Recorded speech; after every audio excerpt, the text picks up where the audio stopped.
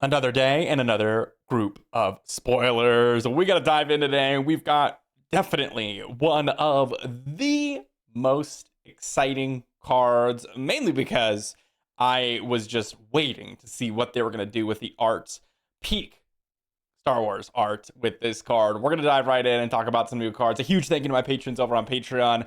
And let's dive in, guys, with the most peak art that you possibly could have based a card on. We've got Fear and Dead Men, which literally just encapsulates the quote, that little speech bubble you'd see here. Guys, if you know what I'm talking about, then you know.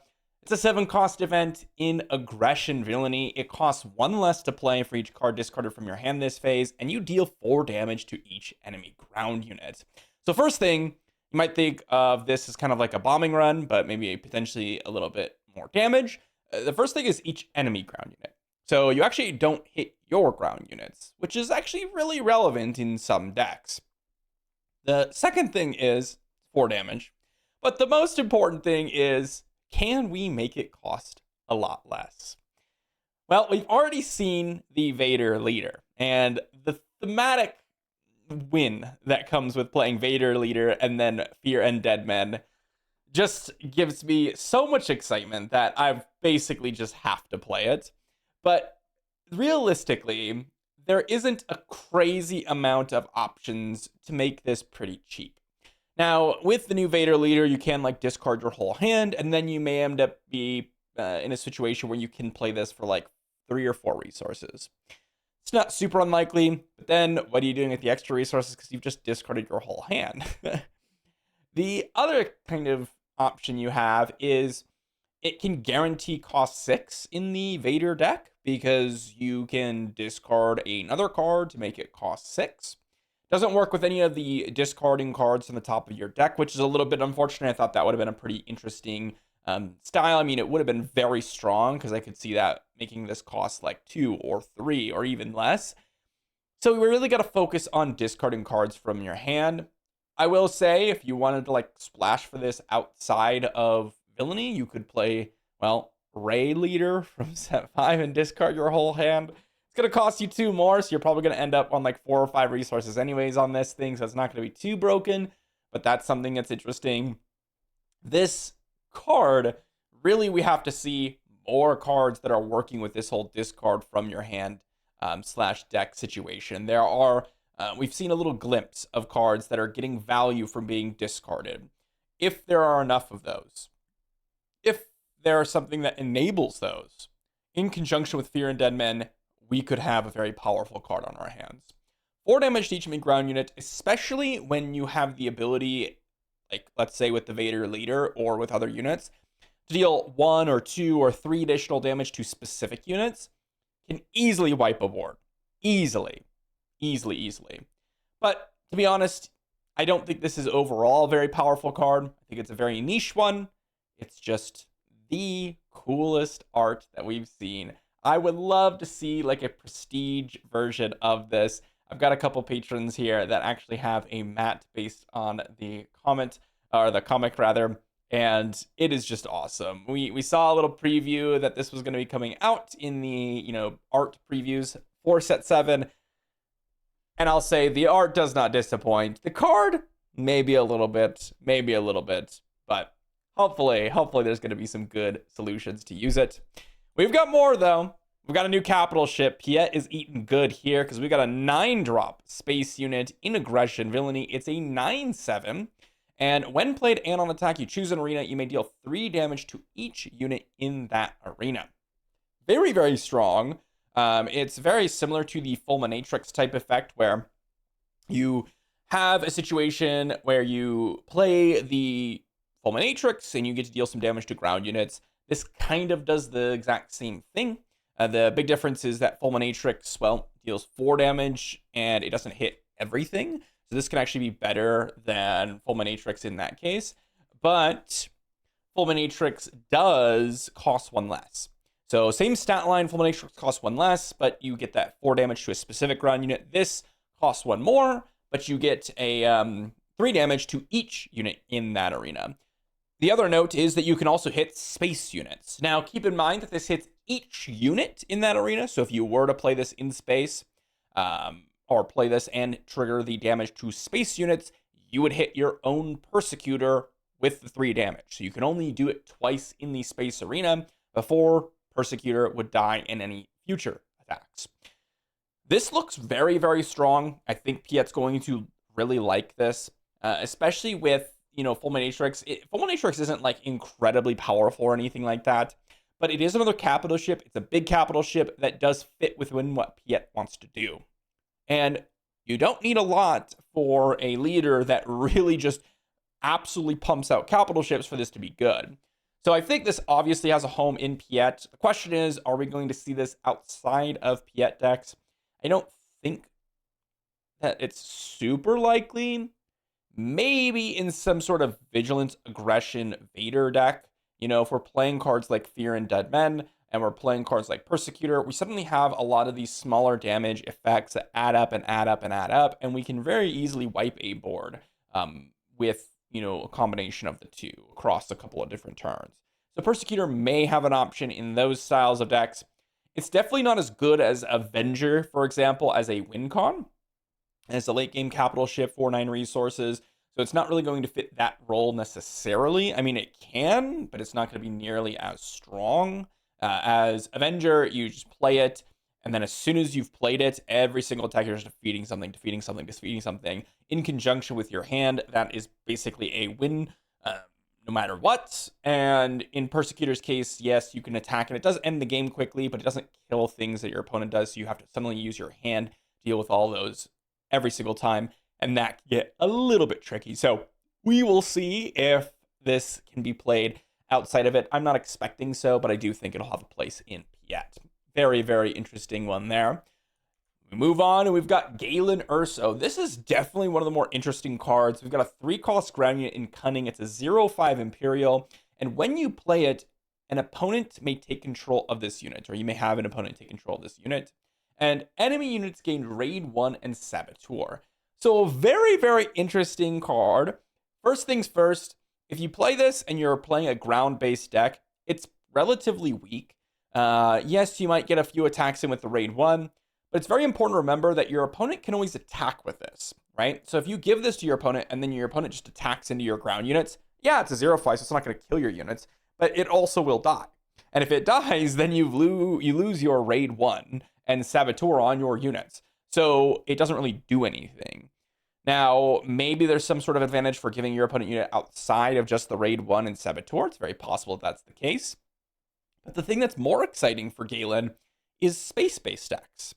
Think about, like, Vader Yellow is obviously the one that most people think of, and Vader Yellow very much fits for Galen.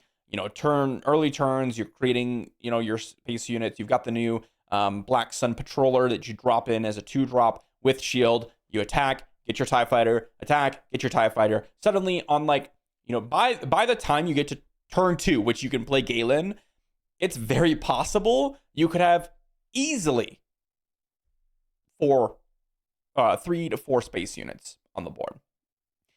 That's not really a crazy expectation. If you have, let's say you're going into turn 3, turn 4, you could easily have an absolute army. And then Galen suddenly not only gives you Saboteur to bypass Sentinels, but if you have, let's say, 4 or 5 different units, this is suddenly a 3 resource +4 or +5/+0 in terms of damage potential. So this can do some good work. I definitely do think that this is one of those cards where you kind of act as if it's a combat trick, where you only play in those situations where you do have a few units and you can actually leverage that, maybe to surprise bypass a Sentinel, and then play in that kind of mid portion of the game when you've got 4, 5, 6, 7 space units on the board. We are in a game, or in a meta where there's going to be no overrolling barrage, which is really nice. There's not going to be that huge board wipe type effect. There's going to be cards like Fear and Dead Men. So maybe there's going to be something of that nature to deal with a lot of the space units that comes down a little bit earlier. So that might be a concern.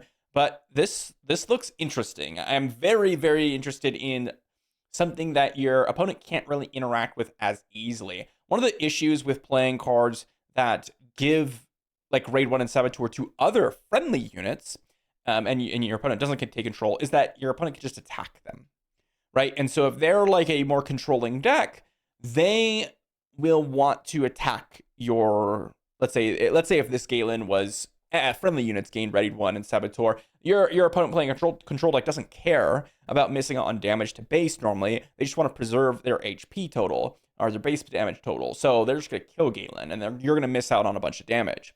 This is going to make it a lot harder for them to deal with this unit. Either they're using their removal options on this unit, which is something that they can do, or they just sit on it, and suddenly all your units get one more power. So I think there is a little bit of potential, and I think Galen is quite interesting. There's also some kind of minor synergy with taking control of units and having units that are actually under your ownership but under your opponent's side of the battlefield. Maybe there's like a minor theme that also benefits Galen in the long run. And then lastly, we've got Expendable Mercenary, which is the new SUPERLASER technician. 4-cost ground unit in command. It's a 3/3 underworld, and when defeated, you may resource this unit from its owner's discard pile. So obviously, it is SUPERLASER technician at home. A 4-resource 3/3 that ramps when it dies is good. It's not bad. It's definitely good, and I can absolutely see Command Vigilance or various different mid-range style of decks wanting a card like Expendable Mercenary. That would not surprise me at all. Okay, it's got the Underworld tag, so it could be potentially relevant for certain decks that revolve around the Underworlds. This looks like a good card, but it's not an disgusting card like SUPERLASER Technician is, where every single command villainy deck just runs SUPERLASER Technician. Like basically every single option you have that is command villainy is running SUPERLASER Technician. Expendable Mercenary, I think, is going to be a little bit more nuanced. I still think it's going to be a very powerful card. We've seen how powerful ramping is in the game. This one does have a little bit of a better stat line, so that is going to be relevant. You know, maybe take out something or do a little bit more damage to something than the SUPERLASER Technician was going to do. But really, you're playing these cards for the reason that they are defeated for, which is, I would like to ramp. One of the other concerning things about this, however, is we are still in a meta with no glory only results. And in SUPERLASER Technician's case, not only is it a resource cheaper, so you ramp earlier and you can kind of maybe deploy your 5-cost leaders sooner and all of that stuff, but also no glory is the turn after 4-drop. So your opponent can yoink this, defeat it, and then give their own resource out of it. And, you know, basically put you down a resource with the Expendable Mercenary. Whereas no glory wasn't really a valid answer against SUPERLASER Technician, unless you're like resupply yourself, and then your opponent plays SUPERLASER Technician, and then you know glory. So there would have had to been another kind of factor in play. Of course, that's only potentially a minor interaction, but there is something to be said about that. The bigger problem is that it's 4 cost versus 3 cost. Like I mentioned, you know, you can't get to your 5 to deploy leaders immediately after you've played the SUPERLASER Technician. It will kind of function similarly for your 6 to deploy leaders, so that's something that's nice. But it also does not ready the resource when it's defeated, which is another huge downside. You know, we've got a more expensive, better stat line, but the stat line doesn't really matter. The 4 cost does matter a lot, and something that's definitely underrated is the fact that it doesn't ready. The difference between this and like a SUPERLASER Technician, for example, let's say it was 3 cost, but it didn't ready, it would still be worse. Because even if it was a 3/3, for example, I think I would still go with a SUPERLASER Technician because it enables plays like Kira Overwhelming Barrage, right? Or it had in the past, because you had the 5th resources available when that next turn started. So it's really important that you notice that this is not a readied resource. A lot of people are going to be playing this, I know, and be like, oh yeah, it's SUPERLASER Technician, and then they're not going to get the readied resource. I'm like, oh crap, that's pretty rough. So, do I think it's going to be playable? Absolutely. Do I think it's going to be decent and even solid potentially? Yeah, I absolutely do think so. But it's definitely not a SUPERLASER Technician. It is SUPERLASER Technician at home. But definitely the closest comparison that we have. This is also an example of the new kind of wording that they've chosen to use. With SUPERLASER Technician, we had the old wording, which was you may put the card into play as a resource. And this one is you may resource this unit, right? That is sort of an action that you're taking, a verb, rather than, you know, it being kind of an actual referencing of the resources themselves. So definitely an interesting one. And I do think it's nice to have these types of cards. Super Laser Technician, even though it was extremely dominant, like basically since the inception of the game, it's always been a card that's like, yeah, this is just insane. I do think like these types of ramp styles, it's nice to have them in the game, and it provides a little bit more interesting styles of decks to be incorporated, because sometimes some decks are just so expensive and some strategies are so expensive that without these types of cards, it's going to be pretty tough to get to that. So with that said, that wraps up our 4 cards for today. Fear and Dead Men, guys. I mean, this art is just incredible. Absolutely love it. Just gives me goosebumps, guys. If you have seen the Vader comics with this one, you know exactly what we are talking about today. And they did reasonably well with the design of the card, and I think it does fit. I just wish it was a little bit more powerful. We've got Persecutor. I think this is going to be a Piet staple. Galen, very interesting. Very curious to play this in like Vader Yellow. I think there's a lot more options that Vader Yellow is getting, especially like Black Sun Patroller, for example, that I think Galen definitely could fit into that deck and potentially could be very, very strong. And then, of course, new Super Laser Technician. What do we think about Expendable Mercenary? And what are your thoughts so far? Let me know in the comment section down below. Thanks for watching, everyone. I'll see you all for the next one.